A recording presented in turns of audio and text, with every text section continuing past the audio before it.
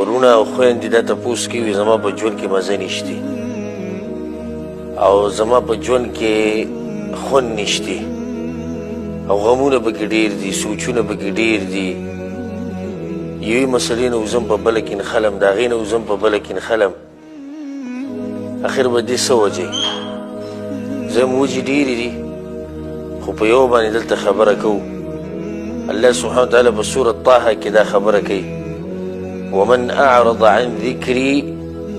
فإن له معيشة ضنكا ونحشره يوم القيامة أعمى رب العالمين وی چا چې زما د ذکر نه زما د دین نه زما د قرآن نه مخ واړو نو د ده ژوند به د غمونو نه ډک د سختو د مشکلاتو ژوند به د تنګ ژوند به تنګ نو زه د قرونو او خویندو ته کوم چې دا تپوس کوي چې ولې زما ژوند تنګ دی ولې زما په ژوند کې مزه نشتي ولې د یو مصیبت نه وزم په بل کې نښلم د هغې نه وزم بل کې نښلم زه هغوی ته دا وایم تاسو وګورئ چې د قرآن سره د تعلقات څنګه دي ته په ورځ کې قرآن څو پیرې وی ته په ورځ کې څو پیرې د الله سبحانه تعالی ذکر کې ته د سحر مانځه نه بعد چې کوم اذکار دي یا د سحر هغه اذکار دي هغه کې که نه کې ته د ماښام هغه اذکار هغه پوره کې او که نه پوره کې د فرض مانځه نه بعد چې کوم ذکر دی هغه ته کې او که نه کې دغه شان قرآن په میاشت کې ته څو پیرې ختمې یا تا په کال کې قرآن څو پیرې ختم کړی ته د مانځه سره دې څه حال دی د جمعې مانځه له ځې او که نه ځې مونځ په ټیم کې او که نه کې د مانځه ارکان واجبات خشوع اطمینان دا څنګه ده ستا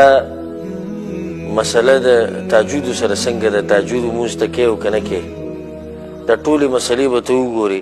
د هغې نه بعد به تا ته به خپله جواب میلاو شي چې ستا ژوند ولې تنګ دی چې کله یو انسان د الله سبحانه وتعالی د ذکر نه غافله شو ژوند یې تنګ شو او په شان د مړي شو حدیث کې دا راځي رسول صلی الله علیه وسلم وایي مثل الذي يذكر ربه والذي لا يذكره مثل الحي والمیت مثال د هغه سړي چې خپل رب یادوي او هغه چې خپل رب نه یادوي د دوی مثال په شان د مړي او د ژوندي دی دا کوم چې خپل رب یادوي دا ژوندی دی او دا کوم چې د خپل رب د ذکر نه غافل دی دا مړ دی نو زه تاسو ته دا وایم ګرانو کتونکو لیدونکو چې یو سړی مړي نو ژوند یې سره نشتی نو چې ژوند یې نشتی نو په ژوند کې خوند به د کوم ځای نه راشي تاسو ټولو ته زما دا نصیحت دی د قرآن سره خپل تړون هغه مضبوط کړئ